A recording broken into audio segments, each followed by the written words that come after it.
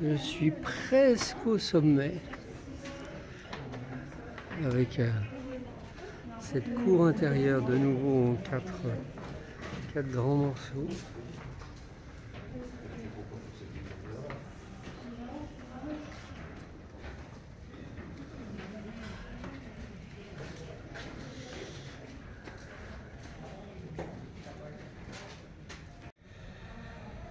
Alors le courant énergétique lumineux, par rapport à l'intensité que je sentais hier, c'est un peu dilué. Et c'est dilué dans les mémoires de touristes, il s'est dilué dans les travaux, il s'est dilué en se dispersant entre rentrer un peu dans le sol et monter jusque derrière moi. Et derrière moi, il y a un culte bouddhiste.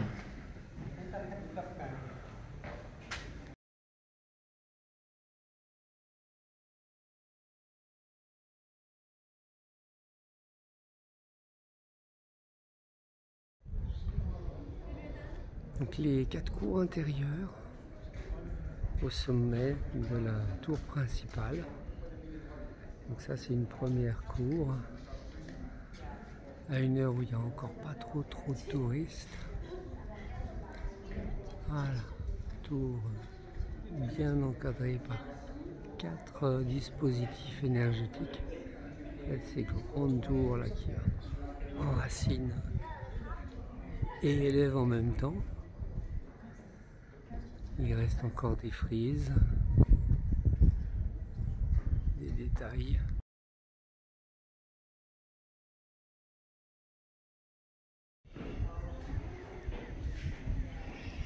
Porte du Nord, vue du haut, est plus impressionnante que celle de l'Est.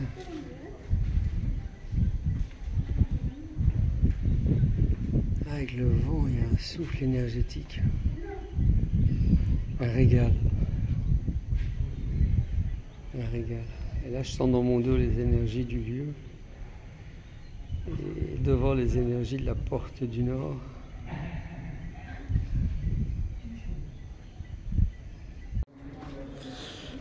Là, je sens bien les énergies de l'Ouest, avec cette longue avenue qui est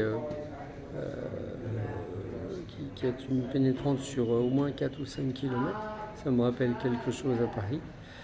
Et le pouvoir de l'Ouest, donc du roi, qui ensuite, dans cette tour, va se rencontrer avec les 3 autres énergies, notamment celle de l'Est, la lumière, cette lumière subtile, ce courant énergétique à 1,50 m du sol.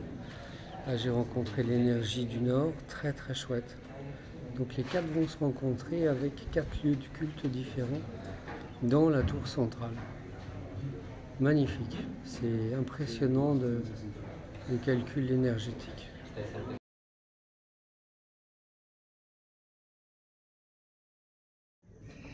Les petits temples de la cour intérieure, celle qui est la plus proche du sommet du temple, vue du haut, c'est ces petits temples que je prenais pour des temples liés aux danseuses, aux déesses, au féminin.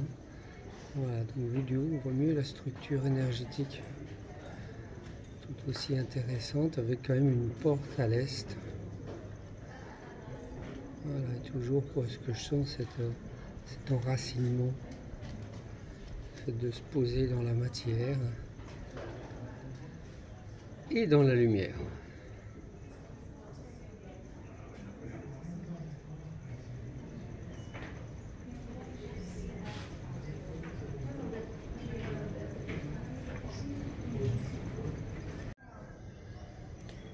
Donc la porte du sud, avec ses différentes enceintes qui marque bien effectivement la concentration des énergies, la densité, le fait de préserver l'énergie spirituelle et en même temps de la cultiver, de l'identifier avec les bâtiments.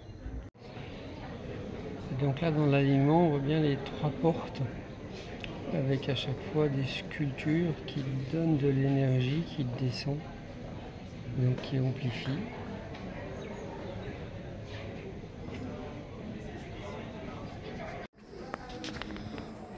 Et donc là, le dernier Bouddha, celui du sud, qui est vraiment un Bouddha. Les autres, j'avais plutôt l'impression que c'était des Vishnus recyclés. J'arrive pas à voir la structure intérieure du bâtiment.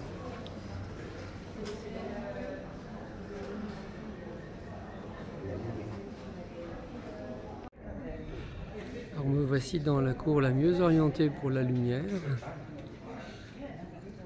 celle qui est entre l'est et le sud.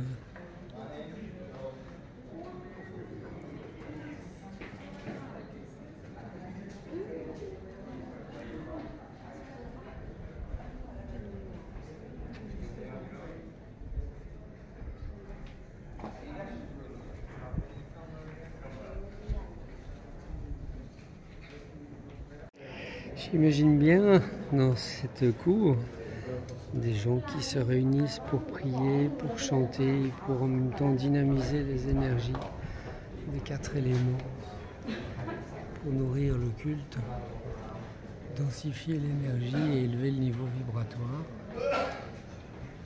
Ça doit être impressionnant, j'ai l'impression de les voir sur le plan énergétique, sentir cette vibration de ferveur.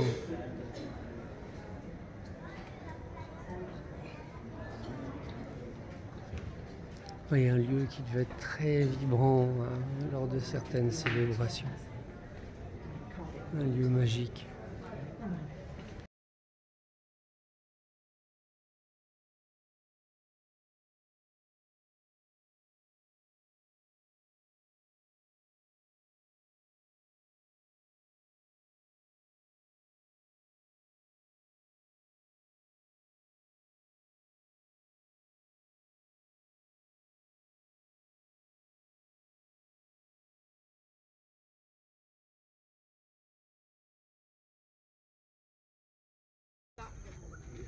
Bonjour à tous. Avez-vous entendu parler d'un courant éthérique?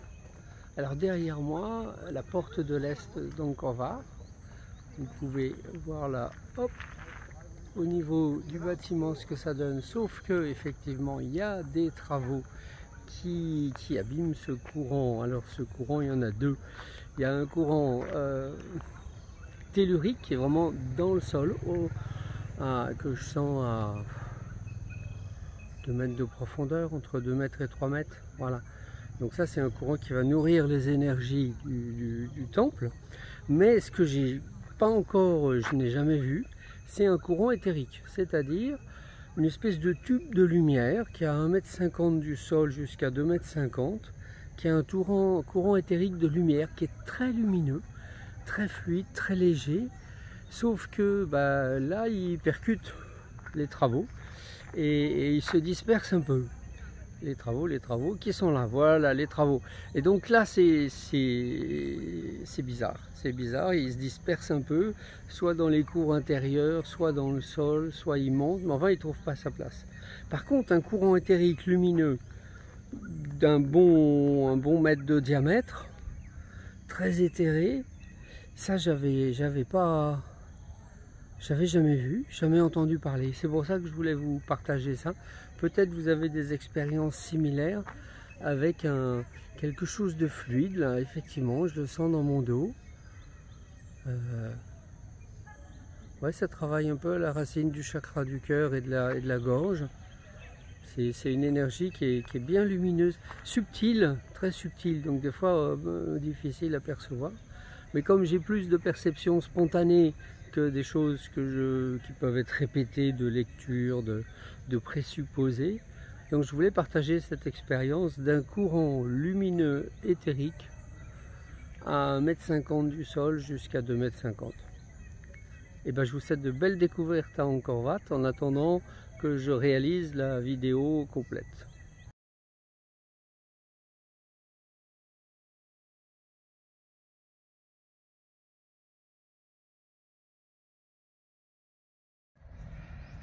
Je suis à l'entrée est du grand temple Angkor Wat et je cherche la raison, l'origine, comment ils ont pu faire ce tube lumineux, ce flux énergétique spirituel. Ça reste une surprise pour moi. Donc suite des aventures bientôt. Alors je suis bien dans l'axe du portail. Je sens ce courant lumineux, il est déjà là. Il y a toute une atmosphère ici. Ça fait comme une boule. Ça fait comme une boule, ça fait comme une demi-sphère. C'est très qui est là, qui est présente, qui doit être liée à l'eau. Abondante et belle, à ces grands arbres, à cette richesse d'arbres, de végétation. Et il y a dû y avoir un rituel de fait, quelque chose de fait pour que cette énergie subtile est là, elle est présente. Elle est présente et là où je suis, le flux énergétique commence à se construire, à se densifier. Il y a dû y avoir un travail de fait avec des pierres, avec des éléments naturels, avec des rituels. Alors que c'était peut-être beaucoup plus fort avant, puisque là j'ai quand même été surpris par la subtilité de la chose. Mais là ça y est, de nouveau je suis dedans. Ça me prend bien le plexus et le cœur. Ouais. Alors là on est dans le magnifique, avec l'enceinte.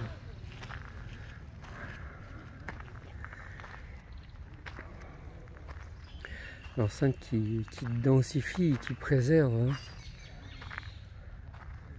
Et hélas qui parfois sépare. Donc voilà la porte ouest, j'ai trouvé la source j'ai pas compris comment ils ont fait, mais j'ai trouvé la source. Donc c'est là, c'est effectivement... Ah oui, une grosse... J'ai même l'impression que ça réagit à mes paroles et au fait que je la vois, que je la sens.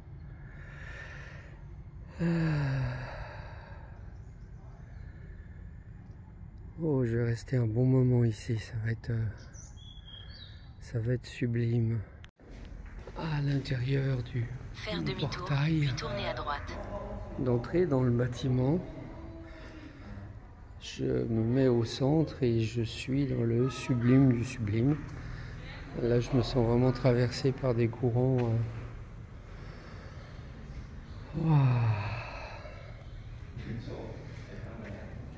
Et le courant de l'Est ici. Un rituel qui est fait.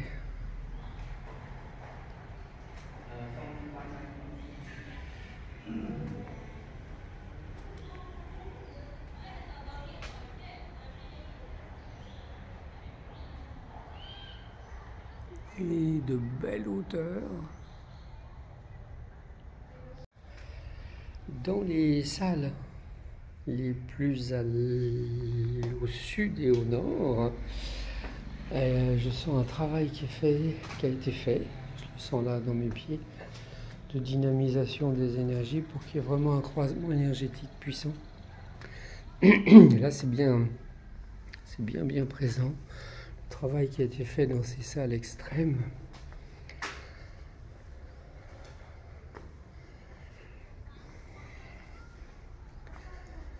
Allez, je vais retourner au croisement parce que c'est vraiment trop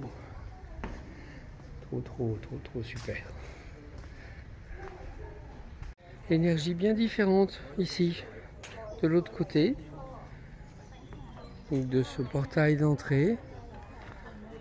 Et le flux éthérique passe bien par la porte d'entrée et il descend. Il descend et à partir de par là, il se met à être à 1,50 m au-dessus du sol. Voilà.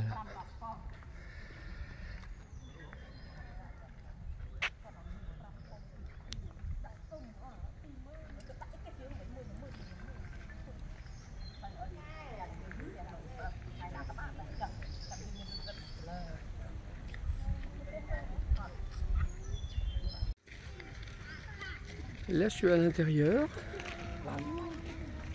Effectivement, énergie différente, une belle structure de bâtiment. J'aime bien, il y a des apsaras, il y a...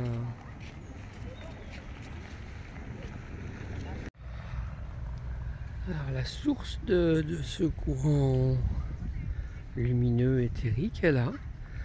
Je dirais une espèce une sorte d'entité qui est consciente, consciente, présente.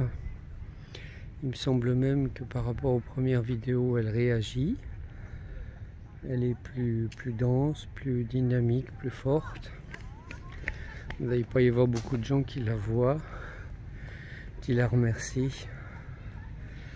Alors j'espère que vous la voyez, vous la sentez là.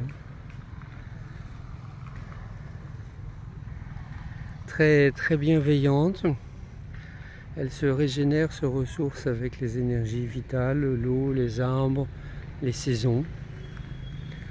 Mais il y a eu un rituel de fait dès le début.